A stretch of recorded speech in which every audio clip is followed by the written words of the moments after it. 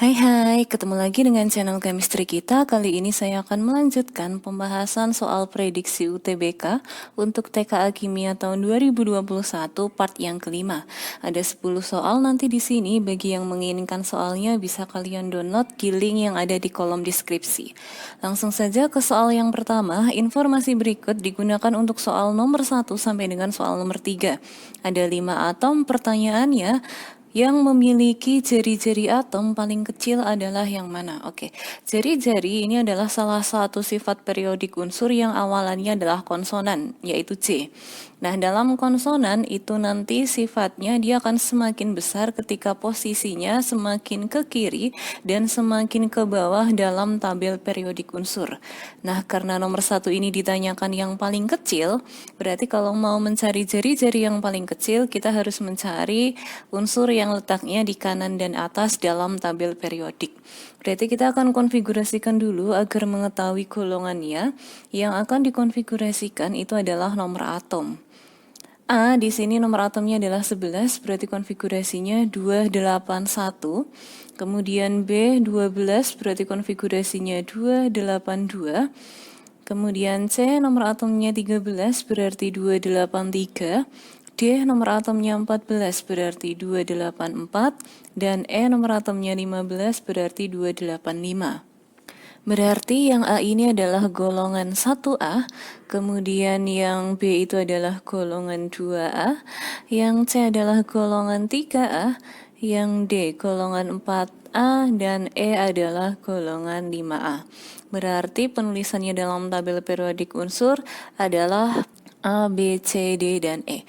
Nah, di sini karena ditanyakan yang paling kecil, yang posisinya lebih kanan dan atas. Di sini yang paling kanan adalah E, sehingga nomor 1 jawabannya adalah E, yaitu atom E. Nomor 2, logam yang bersifat metaloid adalah yang mana? Oke, metaloid ini nama lainnya adalah semilogam. Dari unsur-unsur yang ada di golongan utama yang termasuk ke dalam metaloid adalah unsur-unsur yang memiliki nomor atom 5, 14, 32, dan 33. Di mana aslinya untuk unsur yang memiliki nomor atom 5, unsur sebenarnya adalah B atau boron. Kemudian yang nomor atomnya 14 adalah Si atau silikon. Yang nomor atomnya 32 adalah Ge atau germanium. Dan nomor atom 33 adalah As atau arsen. Di sini yang termasuk ke dalam 4 atom ini ya, yang bersifat metaloid atau semilogam, satu-satunya hanya yang bernomor 14, yaitu atom D. Sehingga nomor 2 jawabannya adalah yang D. Nomor 3, hidroksida unsur di atas yang bersifat amfoter adalah yang mana? Amfoter ini artinya dia dapat bersifat asam atau basa. Nah, unsur-unsur yang ada di dalam tabel periodik yang termasuk ke dalam golongan utama yang bersifat amfoter itu ada.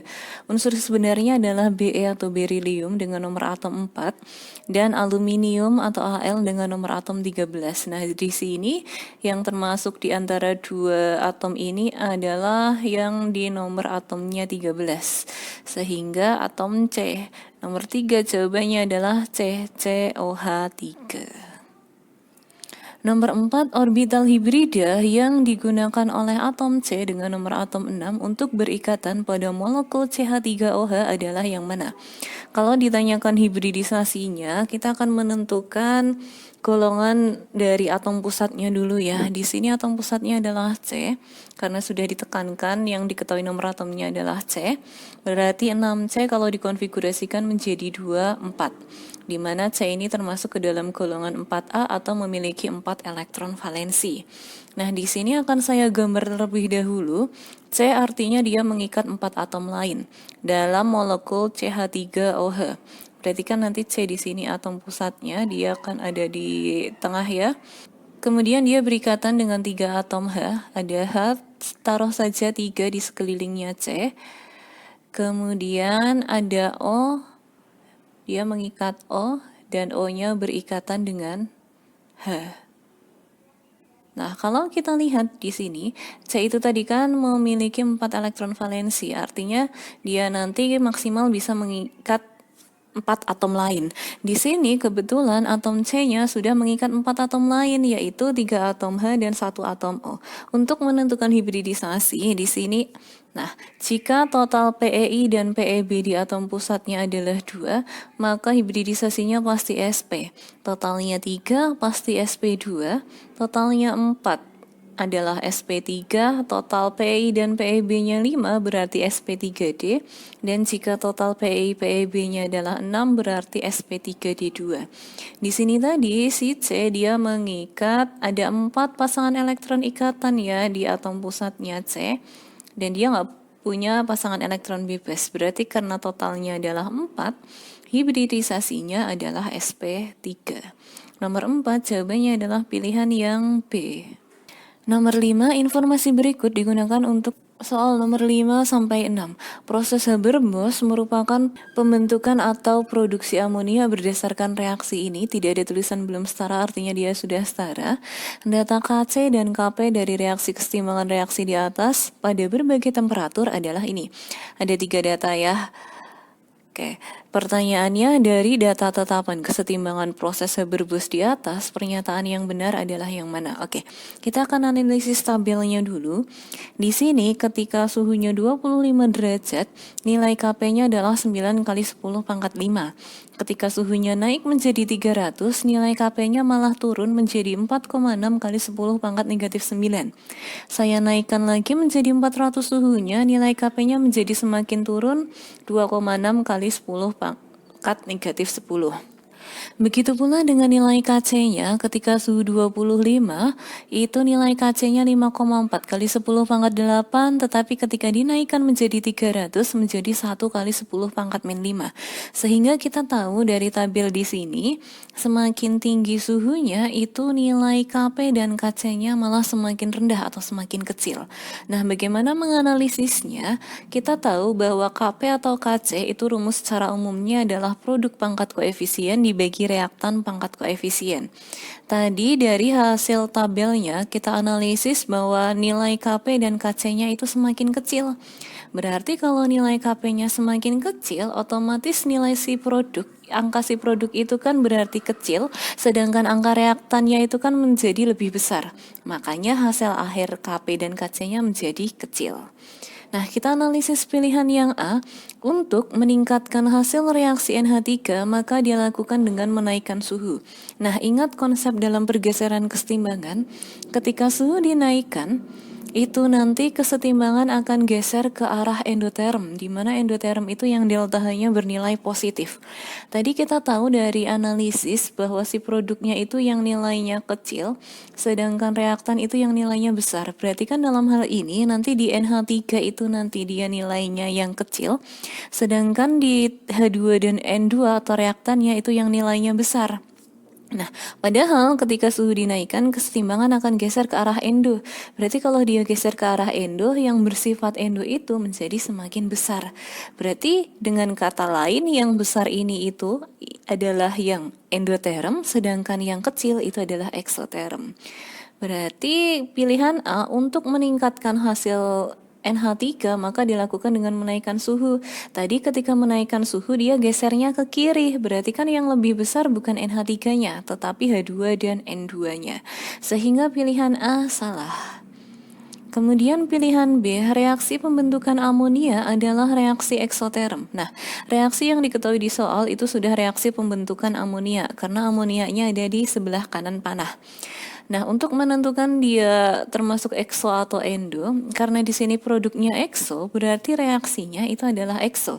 Jadi produk dan delta H itu dia sejalan. Ketika delta H-nya ekso, berarti si produknya juga ekso.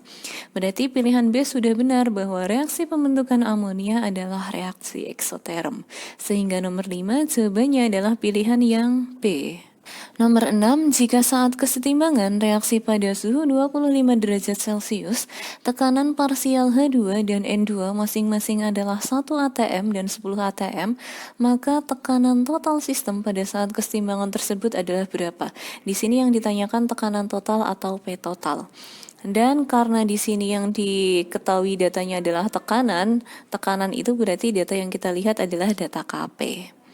Nah, KP tadi kan rumus secara umumnya produk pangkat koefisien dibagi reaktan pangkat koefisien.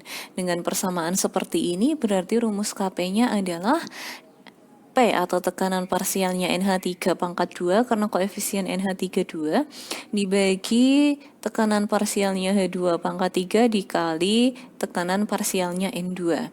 Tadi nilai KP saat suhu 25 derajat itu adalah 9 kali 10 pangkat 5. Jadi saya masukkan 9 kali 10 pangkat 5.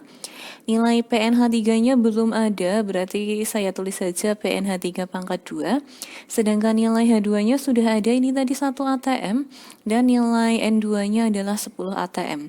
Jadi nanti hasil perkaliannya PNH3 kuadratnya itu adalah 9 kali 10 pangkat 6. Untuk menghilangkan kuadrat kan berarti nanti kita bisa akar. Nah, akar PNH3 kuadrat kan berarti ya PNH3-nya itu akar 9 adalah 3, akar 10 pangkat 6 adalah 10 pangkat 3. Atau kalau saya tulis menjadi 3000. Itu adalah nilai PNH3. Yang ditanyakan di soal adalah tekanan total atau P total. Berarti saya harus menotalkan tekanan parsialnya NH3 ditambah H2 dan N2. NH3-nya tadi sudah ketemu 3000, kemudian H2-nya tadi sudah ada 1 ATM dan N2-nya sudah ada 10 ATM. Sehingga kalau ditotalkan nilainya adalah 3011. Nomor 6 jawabannya adalah pilihan yang C. Nomor 7, persamaan kimia yang belum setara berikut yang menyatakan reaksi reduksi oksidasi adalah yang mana? Oke, di sini kita cek saja ciri-ciri dari reaksi redoks. Itu di dalam persamaannya akan ada unsur bebas atau molekul bebas. Unsur bebas itu yang berdiri sendiri, jadi misal K saja, kemudian misal ada Cl saja, itu namanya adalah unsur bebas dan lain-lain.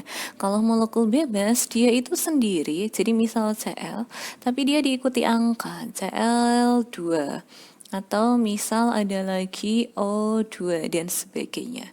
Nah, di persamaan nomor 1, kalau kita lihat di sini tidak ada unsur atau molekul bebasnya, jadi kita simpan dulu. Kemudian pilihan 2, ini ada molekul bebasnya yaitu O2, berarti reaksi kedua itu jelas redoks. Persamaan yang ketiga tidak ada unsur bebas atau molekul bebasnya, kita simpan dulu. Dan persamaan 4 ada molekul bebasnya yaitu Cl2, berarti dia jelas redoks. Berarti saya tinggal cek antara persamaan 1 dan persamaan 3. Nanti kan kalau 1 benar otomatis 3 benar. Atau kalau saya cek nomor 3-nya benar berarti 1 benar. Tapi kalau salah berarti 1-nya juga salah kan.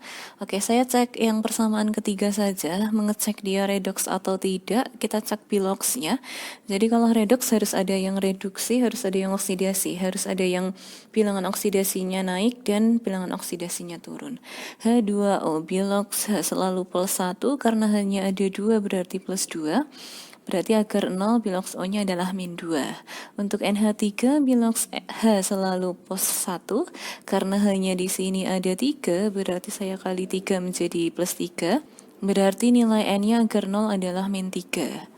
Nah, untuk NH4OH bilox H selalu plus 1 karena di sini hanya ada 4 berarti menjadi plus 4. Bilox H yang satunya juga plus 1. Bilox O selalu min 2 berarti agar 0 N-nya adalah plus 3. Kalau kita lihat di sini H itu di sebelah kiri plus 1, di sebelah kanan ketika sendiri juga plus 1. Hanya tidak berubah.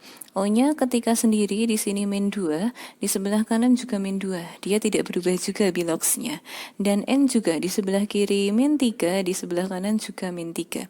Berarti karena tidak ada yang berubah biloxnya, persamaan nomor 3 itu bukan redoks.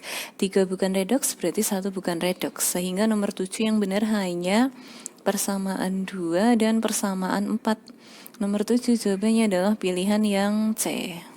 Nomor 8, etilen glikol sering kali ditambahkan pada air radiator mobil saat musim dingin di Eropa. Karena etilen glikol dapat apa? Di sini ada kata kunci dingin. Kalau ada kata kunci dingin berarti ini jelas penerapan sifat koligatif yang penurunan titik beku ya. Sehingga jelas nomor 8 yang titik beku itu adalah pilihan yang C. Nomor 9, senyawa berikut yang merupakan isomer dari 2-metil siklopentanol adalah yang mana? Yang namanya isomer itu rumus umumnya harus sama. Kemudian karena di sini membicarakan gugus fungsi, kita akan membicarakan isomer gugus fungsinya ya. Di sini pentanol berarti gugus ol atau gugus OH. Gugus alkohol ya. Nah, di mana dalam isomer gugus fungsi, alkohol atau OH itu akan berisomer fungsi dengan ether atau O, aldehid atau CHO akan berisomer fungsi dengan keton atau CO, dan asam karboksilat atau COH akan berisomer fungsi dengan ester. Karena soal awalnya ol atau alkohol, berarti isomernya harus sesama alkohol atau sama aja bisa menggunakan ether yang gugus OH atau gugus O. Di nomor 1 di sini kan aslinya di sini ada C ya. Oke, berarti kan CO. Nah, kalau gugus CO berarti nomor 1 ini aslinya adalah gugus keton. Berarti untuk nomor 1 karena dia keton, itu dia bukan isomernya. Kemudian nomor 2 di sini ada O. Nah, O itu adalah gugus ether. Ether ini berisomer fungsi dengan alkohol, berarti 2 iya. Kalau 1 tidak, 3 itu juga tidak. Kenapa bisa? Di sini aslinya ada C nih. Nah, gugusnya berarti COH. COH ini adalah gugus aldehid. Dimana kalau aldehid itu dia tidak berisomer fungsi dengan alkohol. Berarti nomor 3 itu jelas bukan. Kita tinggal cek yang nomor 4. Nomor 4 di sini gugusnya adalah OH. OH jelas alkohol, berarti iya. Nah, nomor 9 jawabannya adalah nomor 2 dan 4, yaitu pilihan yang C. Terakhir nomor 10, protein merupakan makromolekul yang tersusun dari monomer asam amino melalui reaksi polimerisasi kondensasi. Sebanyak N molekul asam amino alanin dengan rumus CH3CHNH2COH dengan MR89 mengalami polimerisasi menghasilkan polipeptida dengan massa molekul relatif atau MR sebesar 1438 gram per mol.